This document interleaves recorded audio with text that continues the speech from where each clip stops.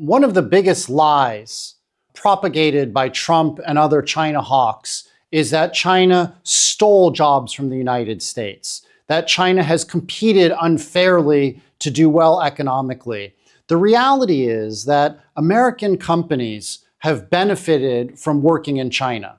They've been able to get bigger profits, such as companies like Apple or Nike, by outsourcing all of their manufacturing to China. But second, the American people have done well. They've been able to buy refrigerators. They've been able to buy phones, computers at a much cheaper rate than they would have in the United States if manufacturing was still done there.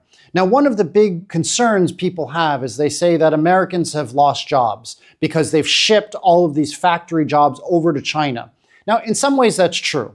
And in the late 90s and in early 2000s, after China entered the WTO, there was some economic dislocation. And a lot of the manufacturing heartland of the United States was crippled. But here's the reality. The younger generations, the new people, have already found new jobs. You're already seeing Trump touting that it's the lowest unemployment numbers in the history of the world. So it's not like there's mass unemployment in the United States. It's actually quite easy to get a job.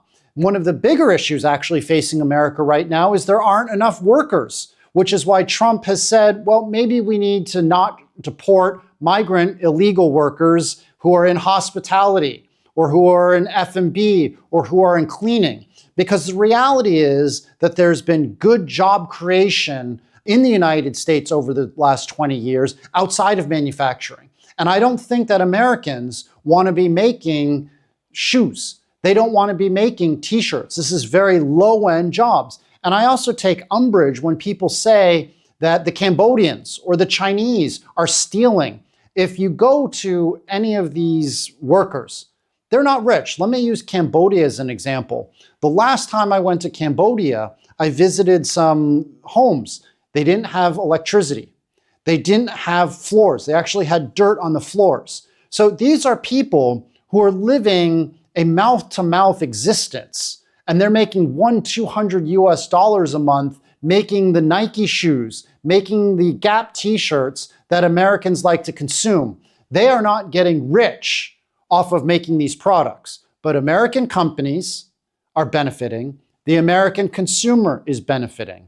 Now, if you want to criticize anyone, you can criticize the oligarchs in the United States, these wealthy people who shipped all of these jobs to China, Cambodia, and Vietnam. It wasn't stolen by these countries. It was that China set up an efficient labor force, incredible infrastructure, and a great tax incentive legal system. And so they were able to outcompete America on manufacturing rather than stealing anything. We need to stop using words like steal or economic coercion.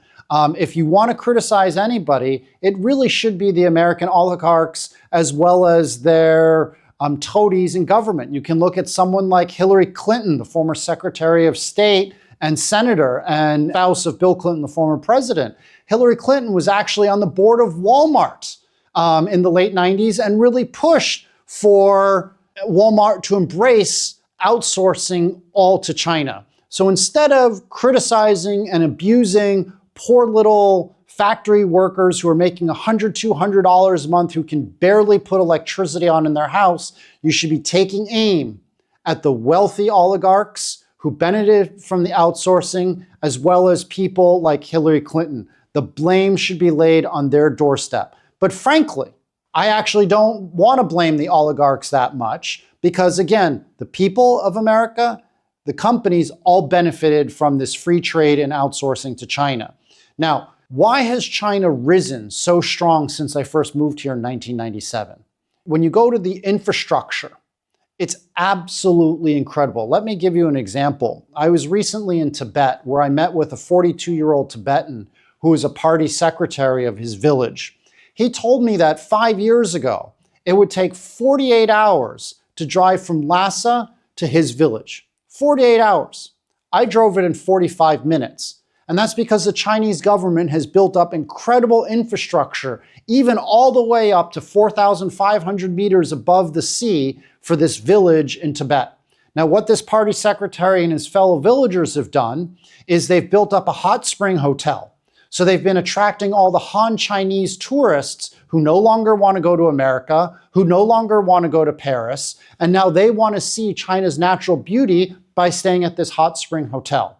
What this village also is doing is using live streaming on Taobao or Douyin, which is the Chinese name for TikTok, or Pinduoduo, and they're selling their peaches, their walnuts, and incense from the village around the world. So China, over the last 20 years since it's entered the WTO, has taken its profits and reinvested it in efficiency, in infrastructure, in helping enrich the everyday people in China. The United States, on the other hand, has invested all of their profits into war. We now have over 800 military bases in over 80 countries. We've lost trillions of dollars in Afghanistan, trillions of dollars in Iraq. We are wasting all of our money, all of our tax dollars on war while our schools, our roads, and our hospitals in America are crumbling. I fear for the American people. I fear for my fellow Americans because the oligarchs are profiting off war. The politicians are profiting off war, while everyday Americans are getting hurt by all of this wasted spending. Instead, we should take direction or learn from China and invest our profits into education, into hospitals, and very importantly, into infrastructure. Sometimes people ask me, you're American, you love America, why do you still live in China? Why do you live in a country where, let's be honest, there is censorship on the internet?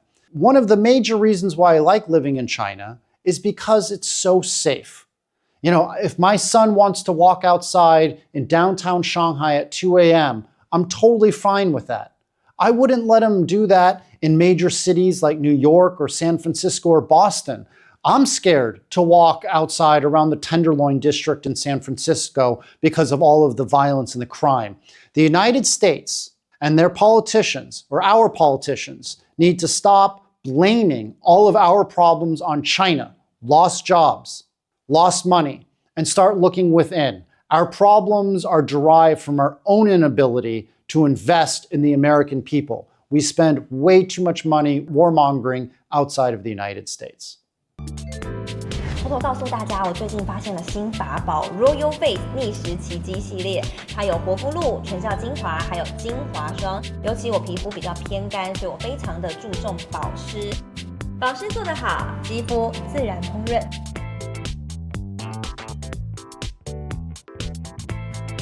提亮肤色更年轻，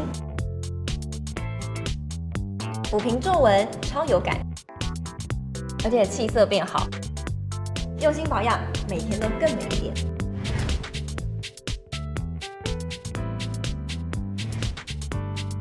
美吧。